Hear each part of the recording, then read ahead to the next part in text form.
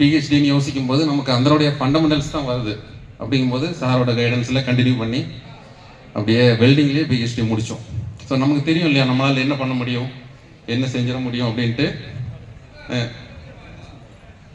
டிசம்பிளர் மெட்டலில் அதுக்கு ஹெல்ப் பண்ணது கனகராஜ். ஆக்சுவலாக பெங்களூரில் ஒரு கம்பெனி பிடிச்சி அதனுடைய டைப் பண்ணி லேசர் வெல்டிங்கில் பண்ணி பண்ணுறது. ஸோ இதனால் நட்புங்கிறது ரொம்ப பெரிய விஷயம்.